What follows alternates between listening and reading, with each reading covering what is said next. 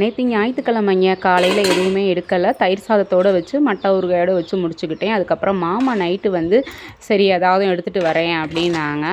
சரி என்ன எடுத்துகிட்டு வராருன்னு தெரியலை. நைட்டு பெரும்பாலும் பார்த்துக்கோங்க காடை இருக்கும். இவர் காடை கிடைக்கவில்லை, சிக்கன் தான் இருந்துச்சு அப்படின்னு சொல்லி ரொம்ப பவ்யமாக சொன்னார். எங்கே நான் வந்து சண்டை கிண்டை போட்டுருவேனோ அப்படின்ட்டு. ஏன்னா எனக்கு சிக்கன் சேராது. வச்சா வேறு வழியில் 2-3 பீஸ் சாப்பிட்டு தான் அவன், சாப்பிடாமலாம் இருக்க மாட்டேன் நான். அதுக்கப்புறம் சரி இந்த சிக்கன் குழம்புக்கு வந்து தோசை நல்லா இருக்குமேன்னு ரெடி பண்ணிக்கிட்டு இருந்தேன். சுடுதண்ணி பார்த்துக்கோங்க எனக்கு தான் மனம் ஒரு குரங்கு. நம்ம வாயை கட்டுப்படுத்தணும், இல்லை மனசை கட்டுப்படுத்தணும். இப்படி ரெண்டையும் கட்டுப்படுத்தலாட்டினா சைடு எஃபெக்டில் கொண்டு போய் விட்டுரும். ஏன்னா தேவையில்லாத அந்த சிக்கனை சாப்பிட்றப்போ மூஞ்சியை பார்த்தீங்களா, தலைவலி, சரியான தலைவலி, முகரையே அதச்சு போய் கிடக்குன்னு தான் சொல்லணும்.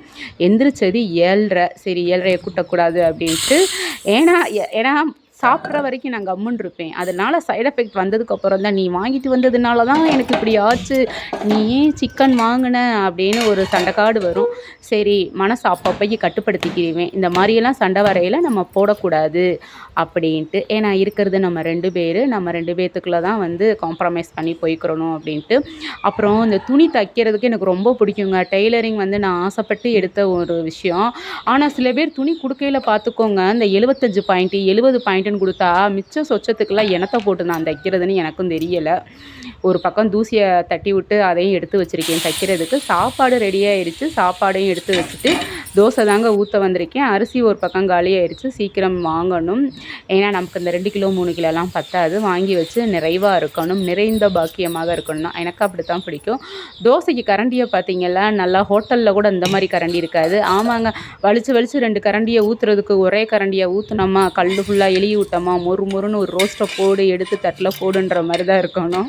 3 தோசையிலே சாப்பிட்றப்போ வயிறு நம்பிடணும் பார்த்துக்கோங்க. இந்த குட்டி குட்டியாக சுட்டுக்கிட்டு இருக்கையிலாம் இந்த வேலைக்கெல்லாம் போகையிலே சுத்தப்படாது. 3 தோசை சாப்பிட்டோமா வறுக்குன்னு வயிறு நிறைஞ்சிச்சா அப்படி தான் இருக்கணும். அப்புறம் மாமாவுக்கு சைடிஷ் பார்த்துக்கோங்க, ஆம்லேட் போட்டு கொடுத்தேன். ஏன்னா வெறும் சோறு வைக்க முடியாதுல்ல. என்ன தான் சிக்கன் இருந்தாலும் இந்த ஆம்லேட்லாம் போட்டு சாப்பிட்றப்போ நல்லாயிருக்கும் இந்த சிக்கன் குழம்புக்கு. அதுலேயே கொஞ்சோண்டு சுட்டு எனக்கு ஒரு முட்டை தோசை போட்டுட்டு அவருக்கும் ஆம்லேட்டை போட்டு அதுக்கப்புறம் சாப்பாட்டுக்கு மேலேயே வச்சு விட்டுட்டேன். கரண்டி பார்த்துக்கோங்க, சாப்பாடு ஆடுறதுக்காக கிண்டி வச்சுருந்தேன் இல்லையா, அந்த கரண்டி தான் பக்கத்தில் இருக்குது.